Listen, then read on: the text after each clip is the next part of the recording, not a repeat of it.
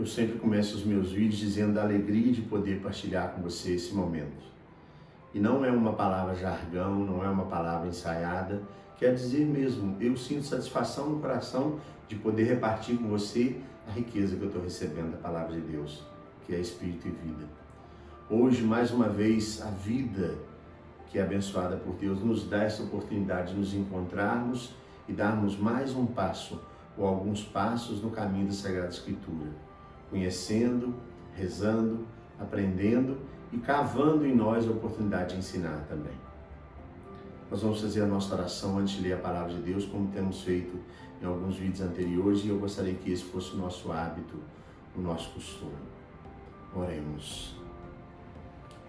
Meu Senhor e meu Pai, envia Teu Santo Espírito para que eu compreenda e acolha Tua Santa Palavra, que eu Te conheça e Te faça conhecer, Te ame e Te faça amar, Te sirva e Te faça servir, Te louve e Te faça louvar por todas as criaturas. Faze, ó Pai, que pela leitura da Palavra os pecadores se convertam, os justos perseverem na graça e todos consigamos a vida eterna. Amém. No caminho que nós estamos fazendo através da Sagrada Escritura, nós chegamos hoje à oportunidade de conhecer um pouquinho do livro do Eclesiástico. Eu procuro pronunciar bem a palavra porque tem um outro livro, né, na Bíblia que tem um nome muito parecido, é o Eclesiastes. O Eclesiástico também é chamado de Sirácida. Nós vamos entender por quê, conhecendo um pouquinho da história dele, sobre os escritos. Na verdade, ele está inserido dentro daquele bloco maior que nós chamamos de livros sapienciais e os poéticos que estão reunidos no mesmo bloco. Sapiencial quer dizer sabedoria, sapiência, sabedoria. E nós vamos entender por que ele é chamado assim. Então, ele faz parte dos livros sapienciais, mas ele é parte também de um outro bloco, entre vírgulas, um pouquinho diferenciado, que é o bloco dos livros deuterocanônicos na Bíblia. Eu expliquei, refletindo a semana passada sobre o livro da sabedoria, o que significa deuterocanônico. Cânon é o conjunto dos livros admitidos, acolhidos para serem colocados na Sagrada Escritura. Deutero é segundo tempo, um passo depois. Isso quer dizer que o livro do Eclesiástico foi acolhido para ser inserido no cânon da Sagrada Escritura, não ao mesmo tempo que todos os outros livros, mas um tempo depois, a partir da reflexão da Igreja. Entre os livros deuterocanônicos, são 7 livros, os que nós elencamos, e eles não estão presentes nas Bíblias protestantes. Também porque não foram inseridos na Bíblia hebraica e nos escritos judaicos. Não foram admitidos como livros inspirados. Em outro vídeo anterior já expliquei o porquê disso. Uma série de circunstâncias, e entre elas a mais proeminente, a mais lembrada, é que ele não foi escrito na língua original hebraica, ele foi escrito em grego. Nós vamos ver adiante que não é muito bem assim. Ele foi escrito sim em hebraico, mas o que chegou primeiro às mãos dos cristãos e às mãos dos judeus foi o original grego, o hebraico foi sendo descoberto depois. Então, tirando os livros proféticos que fazem parte do Antigo Testamento, esses livros proféticos nós temos certeza de conhecer os autores. Tirando esses livros, o Eclesiástico é o único livro do Antigo Testamento que a gente tem certeza de quem é o autor. No Eclesiástico está escrito sabedoria de Jesus, filho de Sira ou de Siraque. Isso vem assinalado no final do texto, quase como uma assinatura, está lá em Eclesiástico 51:30.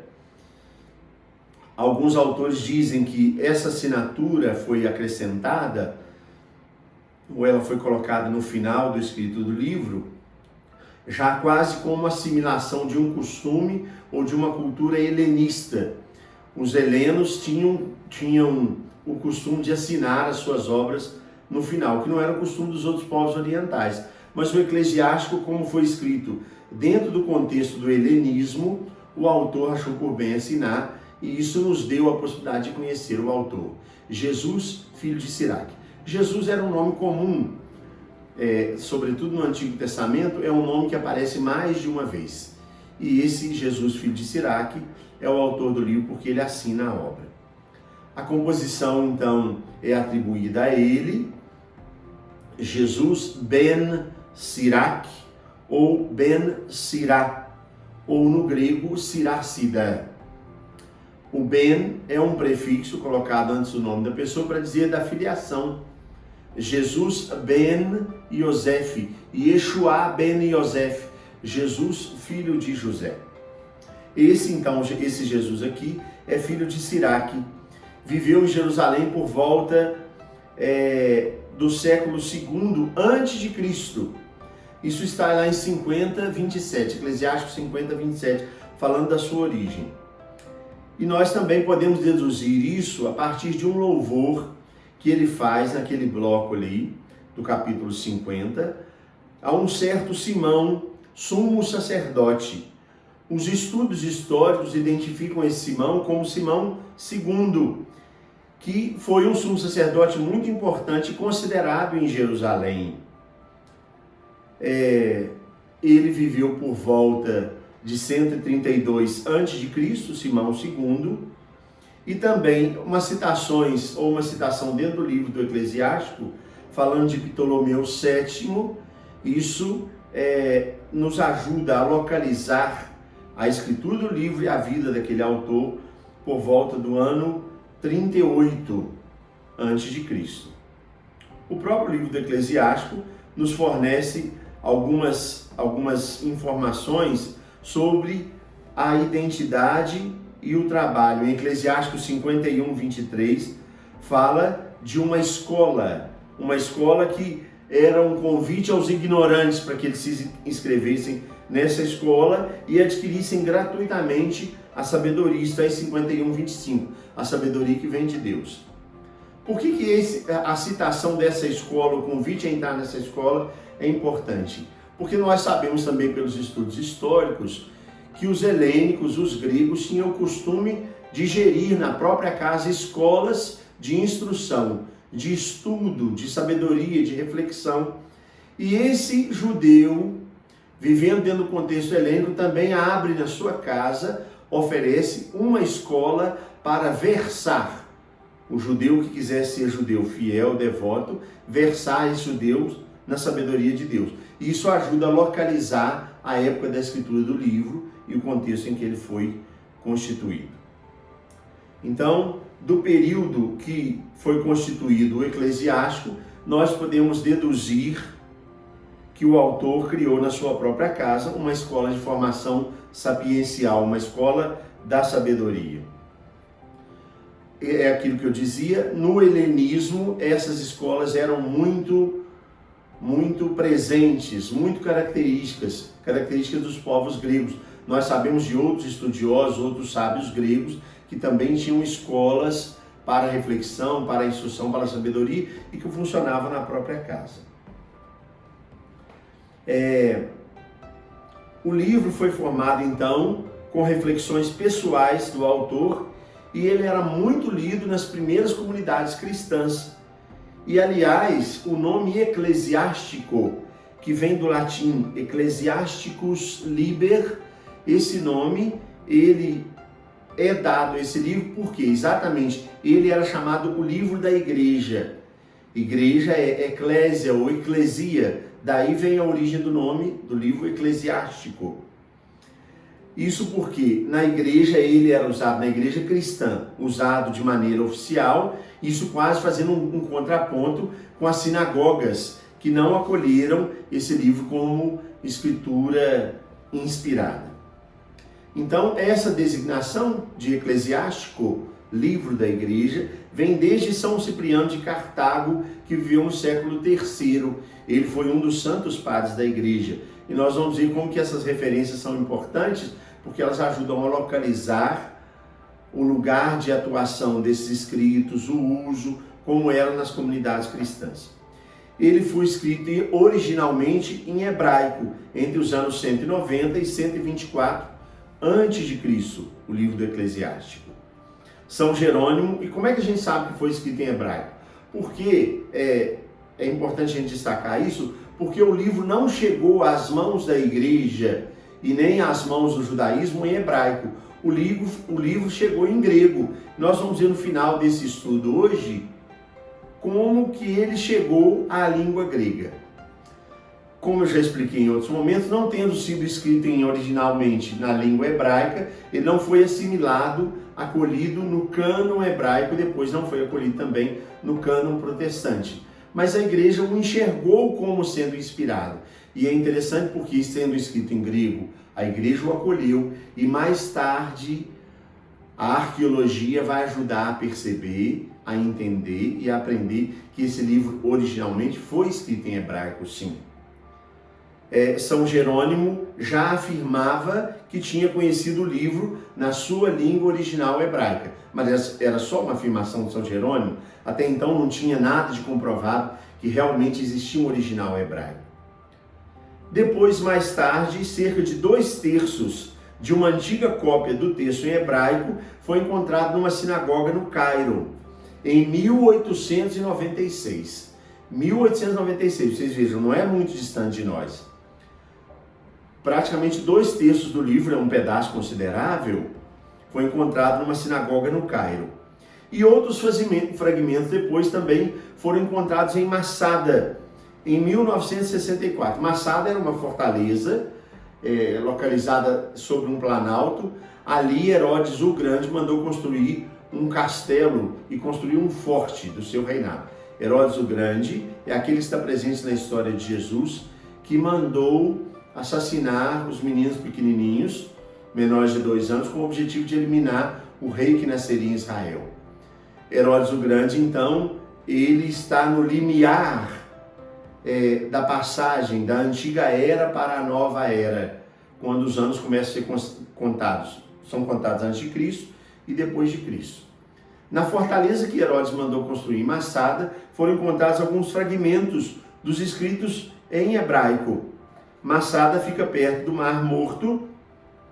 Ali foi encontrado os capítulos de 39 a 44, é uma parte considerável também, numa escrita que foi do início do século I a.C. A maneira de escrever também é uma maneira de se obter informações sobre o tempo. Uma outra coisa importante da gente lembrar é que Qumran, tem outros vídeos anteriores que eu já falei sobre os escritos do Mar Morto em Qumran. Vocês vejam, 2 encontros, 2 achados importantes perto do Mar Morto. Aqueles fragmentos que foram encontrados em Massada e também alguns trechinhos que foram encontrados entre os rolos antigos descobertos nas grutas próximas ao Mar Morto, em Qumran, que eu já falei em outro vídeo. Ele é um livro relativamente grande, possui 51 capítulos e mais tarde ele foi traduzido do grego por um neto de Jesus, filho de Siraque. Nós vamos ver um relato sobre isso. Lá no Egito, por volta do ano 123 a 130 a.C. O livro pode ser dividido então em 2 grandes partes, de 1 a 23 e de 24 a 50. O início e o final não fazem parte, o prólogo e o epílogo não fazem parte do escrito do livro, nós vamos ver por quê. E cada uma dessas partes começa com um elogio à sabedoria. Essa é uma divisão proposta entre os capítulos 1 e 23, um bloco, e 24 a 50, o outro bloco. Existem outras divisões propostas, mas essa é uma comumente aceita. A série de personagens de Israel que são descritos no livro do Eclesiástico, eles são apresentados no final do livro, no capítulo 44, de 1 a 50, e depois no versículo 21 do capítulo 45. Essas figuras têm um objetivo pedagógico de despertar o orgulho no judeu de pertencer a um povo que teve figuras tão proeminentes, tão importantes na história de Israel. Por isso o autor vai lembrando essas figuras importantes da história de Israel. Esses foram homens que seguiram a palavra de Deus e, portanto, absorveram, receberam, foram agraciados com a sabedoria que vem de Deus, eles seguiram a palavra de Deus com fé e coragem, e eles vão ser sempre lembrados dentro da história do povo de Israel como homens sábios. Por isso o autor faz questão de lembrar alguns nomes importantes da história de Israel, para dizer que as pessoas do nosso povo, as pessoas da nossa história também adquiriram e tinham sabedoria, para não dizer ou não dar a possibilidade que se abrisse dentro do povo judeu a ideia de que a única sabedoria existente verdadeiramente era a sabedoria dos gregos. Não sei se vocês se lembram, a palavra filosofia vem do mundo grego e sofia quer dizer sabedoria. Então a ideia que tinha que o mundo grego era o grande detentor da sabedoria. O autor de Eclesiástico vai lutar para mostrar que não é bem assim. Existia a sabedoria dada por Deus num outro contexto, numa outra história, no meio de um outro povo. O Eclesiástico, então, defende a fé tradicional do seu povo, do povo judeu. Deus é eterno e único, está lá no capítulo 18, 36, 42. Ele é o autor de toda a criação que é perfeita, apesar dos seus mistérios e contradições. Esse Deus ensinado desde a antiga história de Israel é o Deus que pode oferecer sabedoria no tempo em que o autor começa a sua escola na sua casa, a escola da sabedoria. Diante da criação, o próprio Eclesiástico, como os salmistas, se enche de entusiasmo, ele pasma diante das obras que foram criadas por Deus. Isso está em Eclesiástico 39, 42, 43, lendo lá a gente vai encontrando os versículos que falam disso. Deus conhece todas as coisas, Eclesiástico 42, ele é tudo, Eclesiástico 43, governa o universo com justiça e com prudência, está em Eclesiástico 16. Isso só para falar dos atributos de Deus lembrados no livro do Eclesiástico, que são verificáveis em outros livros do Antigo Testamento, e isso mostra uma comunhão do autor do livro do Eclesiástico com toda a história de Israel. Deus é misericordioso, capaz de perdoar e de salvar no tempo da aflição, Eclesiástico 2. Ele é pai não apenas de Israel, de quem ele é o Deus único, Eclesiástico 17, depois 24, mas ele é também pai de cada indivíduo. Isso está em Eclesiástico 23. E os estudiosos enxergam nisso já um salto na direção da universalização do anúncio de Deus que vem para salvar toda a humanidade. Ele escolhe um povo, que é o povo de Israel, o povo eleito, mas ele quer ser Deus para toda a humanidade. Ele é pai e cuida de cada pessoa. Isso no livro do Eclesiástico já é um salto de uma compreensão universalista da história da salvação para o bem de toda a humanidade.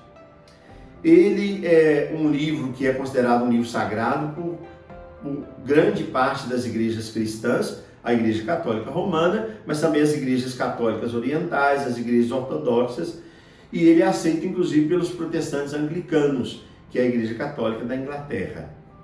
Para algumas igrejas cristãs, ele é apenas um livro útil para leitura e edificação. Alguns protestantes, sobretudo os históricos, o aceitam como livro de leitura edificante, mas não como livro inspirado. O livro do Eclesiástico é ainda muito usado hoje no judaísmo, especialmente citado no Talmud. E ele teve uma influência muito grande na liturgia judaica, porque é nele que se celebra a grande festa do perdão e nele está a oração das 18 bênçãos. Mas o livro do Eclesiástico é mais reconhecido no judaísmo pelo seu valor histórico, não fazendo parte da Tanakh, que é o conjunto canônico dos livros sagrados e aceitos dentro da Bíblia hebraica. Os protestantes seguiram essa opção do judaísmo e também não acolheram o livro do Eclesiástico. No início do século III a.C., a Palestina passou do domínio dos Ptolomeus, do Egito, para os Seleucidas, da Síria. E aí, para unificar o império, os Seleucidas começaram a promover uma política de massificação dos povos dominados com a cultura helênica. E foi dentro dessa tentativa de massificação a partir dos imperadores da cultura que era deles, tendendo a eliminar a cultura e a religião dos povos dominados, É dentro dessa situação que emerge quase como resposta ou como indignação o livro do Eclesiástico para falar dos valores judeus. Parte dos judeus aceitava ajeitar o judaísmo a essa civilização grega que era mais reconhecida universalmente. Mas uma outra parte queria preservar a integridade da fé e os valores ensinados no judaísmo, porque essa foi a vocação para a qual Deus chamou Israel. O judaísmo então começou a se sentir ameaçado na sua própria existência. E se alguns dentro do judaísmo não tivessem tomado essa iniciativa, como Jesus, filho de Siraque, a iniciativa de escrever sobre os valores judaicos, talvez o judaísmo naquela área, naquela região, tivesse se perdido completamente. Foi exatamente diante dessa invasão do helenismo que Jesus ben Siraque escreveu o livro para defender o patrimônio religioso, histórico, sapiencial e cultural do judaísmo, a sua concepção de Deus, do mundo e da eleição privilegiada com a qual Israel foi agraciado. Nesse livro, então, ele procura convencer os seus compatriotas de que eles possuem já na lei que foi revelada, entregue a Moisés, a sabedoria autêntica. Ben Siraque escreveu, então, nesse livro, uma espécie de uma longa meditação sobre a fidelidade hebraica. Ele procura reavivar a memória das pessoas com a história que Israel já tinha vivido e os grandes homens e mulheres sábios que tinham passado por aquela história. Ele desperta a consciência histórica do seu povo para mostrar uma identidade própria e o grande valor das tradições judaicas ou hebraicas. O autor, no entanto, não é um autor completamente intransigente. O seu livro mostra que ele já tinha assimilado alguns aspectos da cultura grega. Eu lembrei logo no início que, por exemplo, ele assina a obra, o que é um costume grego, não era um costume dos outros povos orientais. Eu também lembrei aqui na reflexão, no estudo do conhecimento do livro, que ele muito provavelmente abriu uma escola para ensinar a sabedoria que vinha do judaísmo, dos escritos judaicos, na sua casa, o que era uma característica do helenismo, do mundo grego. Então ele devagarinho também já estava assumindo. E esse caminho que é iniciado por ele escrevendo o livro do Eclesiástico vai culminar com o livro da sabedoria. Imaginem vocês que a Bíblia depois vai ter um livro que chama Sabedoria. E a palavra sabedoria estava muito presente no mundo grego. Vem de sofia, filosofia, que quer dizer sabedoria. Então, o ápice desses escritos e dessas reflexões é o livro da sabedoria que nós já vimos anteriormente. Na verdade, os seus escritos são dirigidos a todo aquele que queira se comportar como judeu em um mundo que estava mudando rapidamente e ele não poderia perder a sua identidade judaica. É uma obra de um homem conservador lúcido que quer preservar o essencial, sabendo que ele não pode ignorar completamente as situações que ele está vivendo e aquilo que está acontecendo no seu entorno. O centro do livro está no capítulo 24, em que o autor identifica a sabedoria com a lei de Moisés. Isso está em 24, 23. Isso é importantíssimo, porque isso é o que está presente no conjunto dos 5 primeiros livros da Bíblia, que é chamado de Pentateuco. Em hebraico se chama Torá, a lei. E lá no coração do livro do Eclesiástico, ele identifica a lei, a Torá, como a sabedoria que veio de Deus. O tradutor grego quis tornar esse manual de conduta acessível a todos aqueles que em terra estrangeira, assim ele escreve no prólogo, querem instruir-se, reformar os seus costumes e viver segundo a lei, a Torá dada no Antigo Testamento. Essa identificação entre sabedoria e lei de Deus é a afirmação mais inovadora e característica do Eclesiástico. A sabedoria é a lei que Deus deu e entregou ao nosso povo. Para Siraque, a Torá é a sabedoria de Israel. Entre os livros sapienciais, este é o livro mais rico de ensinamentos práticos, apresentados como conselhos de um pai que tenta convencer verdadeiramente o seu filho. Por isso, eu recomendo veementemente, não deixe de ler aqueles livros que nós estamos aprendendo sobre eles aqui. E, sobretudo, o livro do Eclesiástico é uma leitura boa de se fazer. Ele tem muitos conselhos, pequenos conselhos, é uma leitura que flui com doçura, com suavidade, você não vai se arrepender de ler. Eu queria terminar esse momento com a leitura do prólogo, que na verdade não faz parte do livro do Eclesiástico. Você vai perceber na sua Bíblia que o capítulo começa a ser numerado depois do prólogo. E o prólogo é a informação que a gente tem de como esse livro foi traduzido, por que ele foi traduzido e quem o traduziu. No prólogo está escrito assim, de 1 a 34, versículo 1 ao 34, depois que vem a numeração do primeiro capítulo. O tradutor grego escreveu dessa maneira: muitos e excelentes ensinamentos nos foram transmitidos pela lei, pelos profetas e por outros escritos que se lhes seguiram. E por causa disso convém louvar Israel pela sua instrução, pela sua sabedoria.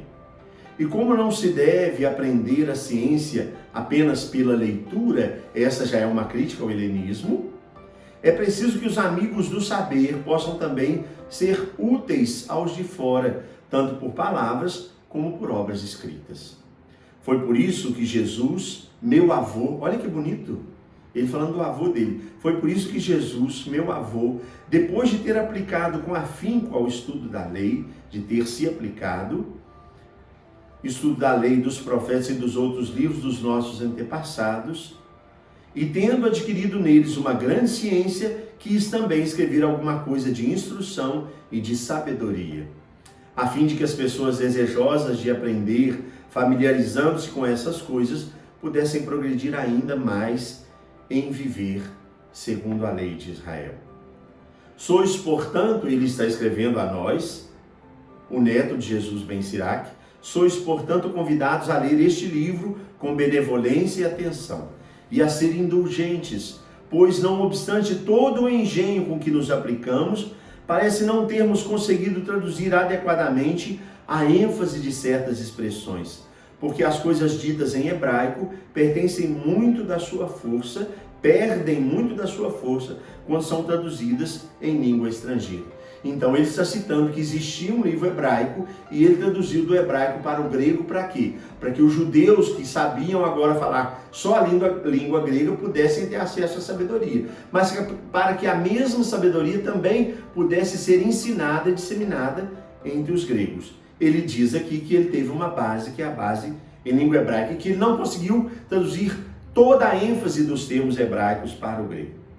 Isso não acontece, continua a leitura do prólogo, e isso não acontece somente com este livro, pois também a lei, os profetas e os outros livros são muito diferentes quando se compara a versão com o texto integral.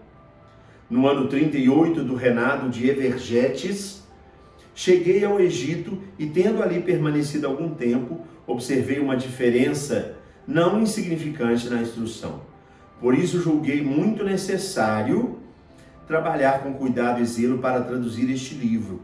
Durante esse tempo, empreguei muitas vigílias e muita ciência, a fim de concluir e publicar esta obra para a utilidade dos que em terra estrangeira querem instruir-se, reformar os seus costumes e viver segundo a lei. Tenho certeza que nós aprendemos muitas coisas sobre o livro do Eclesiástico hoje. Tenho certeza que você está carregando no coração agora a curiosidade de ler e conhecer os conselhos que esse Jesus, filho de Sirac, deixou para os judeus e que o seu neto quis traduzir para ensinar também em língua grega. Eu recomendo então que você faça a leitura paciente, calma e de maneira orante do livro do Eclesiástico. Nós terminamos com a oração que fazemos após a leitura da Bíblia. Você acompanha conosco nessa transmissão, também rezando. Dou-te graças, meu Deus, pelos bons propósitos, afetos e inspirações que me comunicastes nessa meditação. Peço-te ajuda para colocá-los em prática. Minha Mãe Imaculada, meu protetor São José e o anjo da minha guarda, intercedam todos por mim. Amém. E desejo que o Senhor, que nos inspira, que nos acolhe, que nos impulsiona e que nos ilumina para essas leituras sagradas, que Ele abençoe a todos nós e a você especialmente, em nome do Pai, e do Filho e do Espírito Santo. Amém.